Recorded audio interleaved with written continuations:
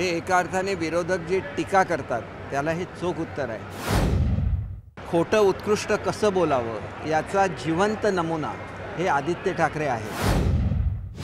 कमळ चिन्हावर पहिल्यांदा निवडणूक लढते काय बघा, भाजप असेल किंवा शिवसेना असेल, महाराष्ट्रातली लोक याच्याकडे युती म्हणून बघतात आणि त्याच्यामुळे चिन्ह कुठलंही असलं तरी महायुती म्हणूनच मतदान होत असतं. त्याच्यामुळे जास्तीत जास्त मतं ही नारायण राणे साहेबांना मिळतील आणि नारायण राणे साहेब लाखो मतांच्या फरकाने या ठिकाणी विजयी होते. प्रतिसाद कसा मिळेल या सभेला? या सभेला प्रतिसाद अतिशय चांगला आहे. आपण बघितलं की लांब गाड्या पार्क करून या ठिकाणी यायला लागतं. त्याच्यामुळे थोड्याच वेळामध्ये हे जे भव्य असं या ठिकाणी सभागृह उभारलेलं आहे, पेंडॉल उभारलेला आहे, हा थोड्याच वेळामध्ये फुल होईल. मुख्यमंत्री देवेंद्र फडणवीस सभेला संबोधित करणार आहेत. कशा पद्धतीचं विकासाचं विजन वगैरे काय असेल? मुळात आपण लक्षात घेतलं पाहिजे की महाराष्ट्राचे इन्फ्रास्ट्रक्चर उभं करण्यामध्ये खूप मोठा वाटा हा देवेंद्रजींचा राहिलेला आहे. मग तो समृद्धी महामार्ग असेल, कोस्टल रोड असेल, मुंबईची मेट्रो असेल किंवा ट्रान्स हार्बर लिंक असेल, असे असंख्य प्रोजेक्ट हे त्यांच्या व्हिजनचं प्रतीक आहे. आणि त्यांच्या खांद्याला खांदा लावून एकनाथ शिंदेजींनी या सर्व प्रोजेक्टवर काम केलेलं आहे. आणि आता एक जे प्रधानमंत्री महोदयांचं लक्ष 5 ट्रिलियनच्या इकॉनॉमीचं आहे, त्याच्यामध्ये 1 ट्रिलियनचं अपेक्षा ही त्यांची महाराष्ट्राकडून आहे आणि ती अपेक्षा आम्ही निश्चितपणे पूर्ण करू. नाही, तुम्ही जर्मनीला 10,000 विद्यार्थ्यांना महाराष्ट्रातल्या नोकरीची संधी उपलब्ध करून दिली. मात्र या तुमच्या घोषणेवर टीका होते. वैभव नाईक यांनी म्हटले की जर जर्मनीला पाठवायचं असेल तर नारायण राणेंच्या दोन्ही मुलांना पाठवा, त्यामुळे इथे रोजगार उपलब्ध होईल. प्रत्येक गोष्टीबद्दल कुत्सिक बोलून महाराष्ट्राचा विकास होत नाही. 10,000 मुलं नाही तर एकंदर बेडन युटनबर्ग या स्टेटबरोबर आमचा जो करार झालेला आहे हा सरकारबरोबर झालेला करार आहे आणि तो लेखी स्वरूपाचा करार आहे. एकंदरीत जे नोकऱ्याचा अंदाज आम्हाला सांगण्यात आलेला आहे हा 4 लाख नोकऱ्या आहेत आणि त्याला जो पगार आहे तो इथल्या 10 पटीने पगार आहे. म्हणजे इथल्या नर्सला जर 35,000 रुपये पगार असेल तर तिला तिथं 3.5 लाख मिळणार आहेत. इथल्या ड्रायव्हरला जर 30,000 पगार असेल तर त्याला 3 लाख रुपये महिन्याला पगार मिळणार आहे. त्यांना जर्मन भाषा शिकवायला लागेल, तिथली टेक्नॉलॉजी शिकवायला लागेल आणि त्या प्रक्रियेला सुरुवात झाली आणि महाराष्ट्राची एकंदर 6 डिपार्टमेंट याच्यावर काम करत आहेत. वैभवजी स्थानिक पातळीवर गावागावामध्ये काम करण्यावर त्यांचा अधिक भर असतो. त्याच्यामुळे नोकऱ्या, मोठ्या इंडस्ट्रीज याच्याबद्दल ते फारसं माहिती घेत नसतील असं मला वाटतं, म्हणून त्यांनी हा कॉमेंट केला असेल.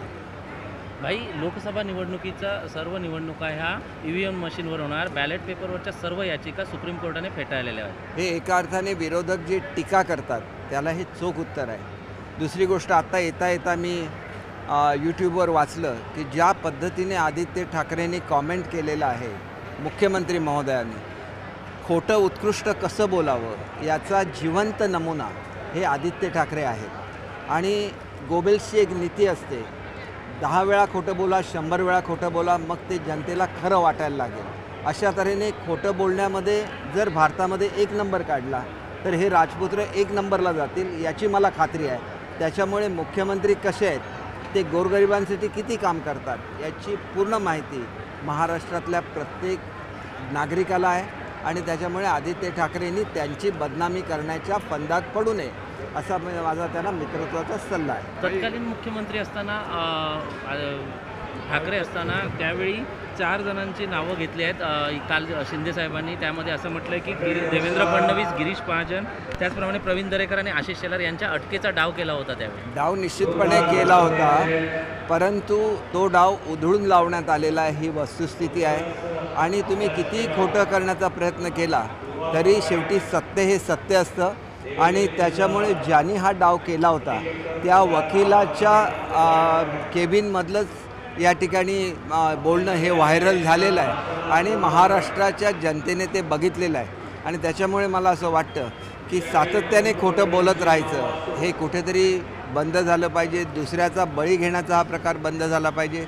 महाजन साहेबांना ज्या प्रकारे त्रास देण्याचा प्रयत्न केला ते कटकारस्थान कसं होतं हे पूर्णपणे उघड झालं आहे. त्याच्याशी दुरान्वयेसुद्धा फडणवीस साहेबांचा संबंध नव्हता.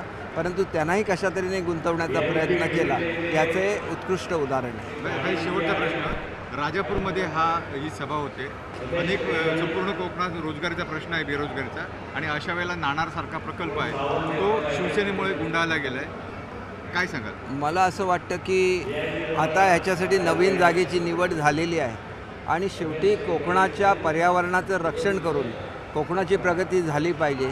आणि ग्रीन रिफायनरी म्हणजे काय हे जर समजावून सांगितलं तर माझी खात्री आहे इथला आंबा, इथला काजू, इथला नारळ, इथल्या मासेमारी याच्यावर परिणाम न होता ज्या कुठल्याही इंडस्ट्री येतील त्याचं स्वागतच होईल. परंतु त्यांना हे समजून सांगण्याची आवश्यकता आहे आणि त्याच्याचबरोबर एक पॉलिसी अशी सुद्धा घ्यायला लागेल की शेतकऱ्यांच्या जमिनी जर कोणाने घेतलेल्या असतील प्रकल्प जाहीर झाल्यानंतर तर प्रत्यक्षात कॉम्पन्सेशन देताना त्याचा काही भाग हा स्थानिक शेतकऱ्याला मिळाला पाहिजे. नाहीतर शेतकऱ्यांनी कवडी मोलाने जमिनी विकल्या आणि त्याचा फायदा बाहेरचा कोणतरी मनुष्य घेत असेल तर मात्र लोकांमध्ये प्रचंड असंतोष होतो. ही वस्तुस्थिती. देश विदेशातील प्रत्येक घडामोडींचे लाईव्ह अपडेट मिळवण्यासाठी आता साम टीव्हीच्या सर्व सोशल मीडिया प्लॅटफॉर्मला लाईक, फॉलो आणि सबस्क्राईब करा. तसंच सर्व नोटिफिकेशनसाठी बेल आयकॉन प्रेस करायला विसरू नका.